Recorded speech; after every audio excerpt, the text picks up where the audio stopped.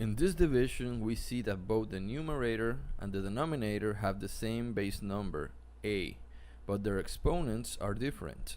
The numerator has an exponent m, while the denominator has an exponent n. All of this expression equals a, the same base number, but with a new exponent, and that new exponent equals m, the exponent of the numerator, minus n, the exponent of the denominator. Now in this video we will do a couple of exercises that will help you understand better this property of exponents. This is very useful for solving the division of numbers with exponents, and also in the simplification of fractions which contains variables that all of them have exponents too. Let's do the exercises.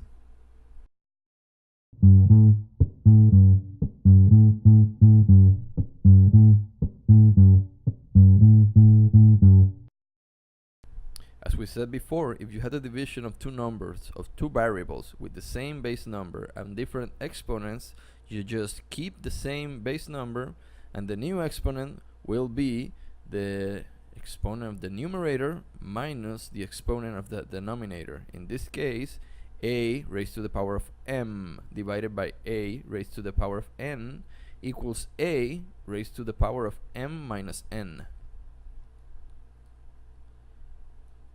Now let's do this exercise.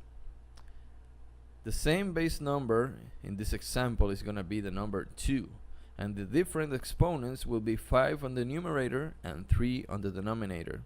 So that equals 2, the same base number, and the exponent will be 5 from the numerator minus 2 from the denominator.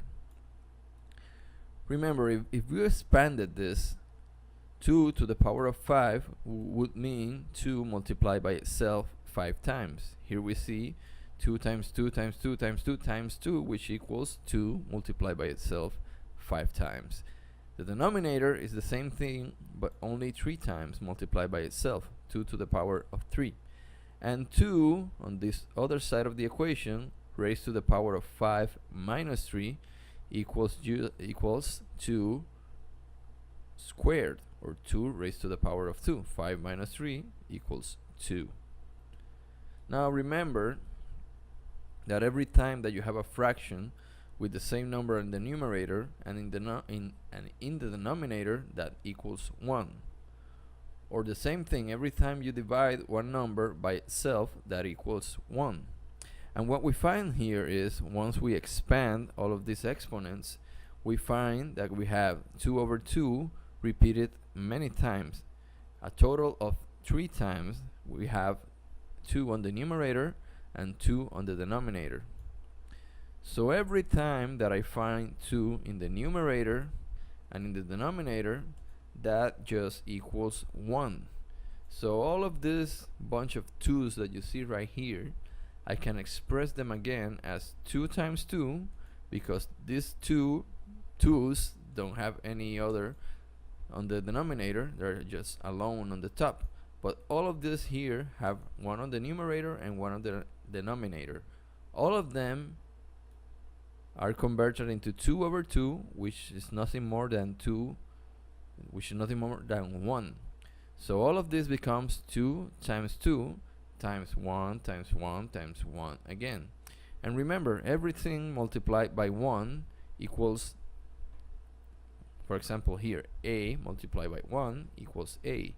10 multiplied by 1 equals 10. So I don't have to write the 1.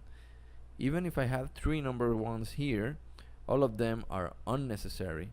It just becomes 2 times 2, keeping this 2 times 2 that I have here, and that equals what I had before, 2 raised to the power of 5 minus 3, which equals 2 squared. So 2 times 2 from one side of the equation equals 4, and 2 squared is the same thing, 2 times 2, it also equals 4. So thanks to this property, we can get simply to the answer, which is 2 squared, quickly without having to do all of that I just did. Just remember, if you have the same base number and different exponents, the result is going to be the same base number with the subtraction of the exponent of the numerator minus the exponent of the denominator. Here we see again 2 raised to the power of 5 divided by 2 raised to the power of 3, or 3 cubed, is 2 raised to the power of 5 minus 3, which is 2 squared. If I wanted to solve that numerically to show you that it's equivalent, well, 2 raised to the power of 5, which is all of these 5s here, equals 32. You can do that in a calculator, or you can just multiply 2 times 2 many times until you get to the value of 32. And 2 cubed equals 8. 2 times 2 times 2 is 8. So I have on this side of the equation that 2 to the power of 5 divided by 2 to the power of 3 becomes 32 divided by 8. And this 2 raised to the power of 5 minus 3 is 2 squared, which is 4. And I get that on this side of the equation, 32 divided by 8 is nothing more than 4 again. So here we see again that we can go and find the same answer on each side of the equation. So the property is correct. You can just take the exponents and subtract the numerator from the denominator, and that will be your result. This is just done so you can have the confidence that this property of exponents works. Now let me do a little exercise, additional exercise here. In this case we have 3 squared divided by 3 cubed. 3 to the power of 2 divided by 3 to the power of 3.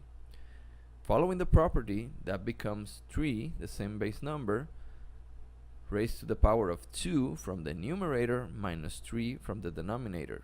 Now that equals 3 raised to the power of negative 1. 2 minus 3 is negative 1.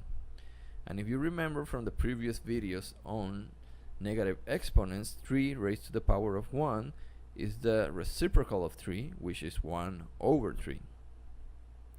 Now that is what comes from solving this exercise, or this little problem, using the property that we just learned.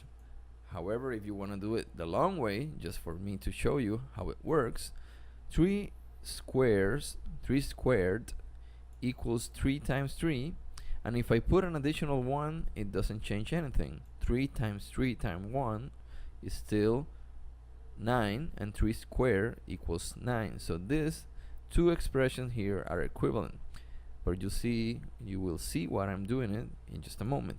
And 3 cubed is just 3 times 3 times 3. And as we said before, if you have the same number in the numerator and in the denominator, it becomes 1.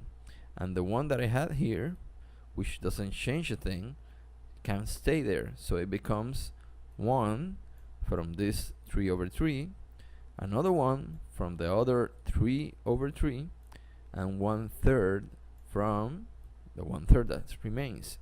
So all of this becomes 1 times 1 times 1/3, which I just can write as 1/3 and forget about all of these ones, because these two expressions are equivalent. So here you see the long way of how I can get from 3 squared divided to 3 over 3 to 1/3.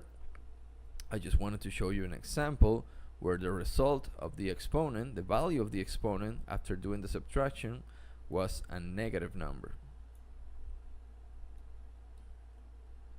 So to recap, if you have a division, the two numbers have the same base number but different exponents, that will result in having the same base number and a new exponent that will be equal to the exponent of the numerator minus the exponent of the denominator. In this case, the base number is a, the numerator exponent is m, the denominator exponent is n, and the new number, the result of all of that division, equals a raised to the power of m minus n.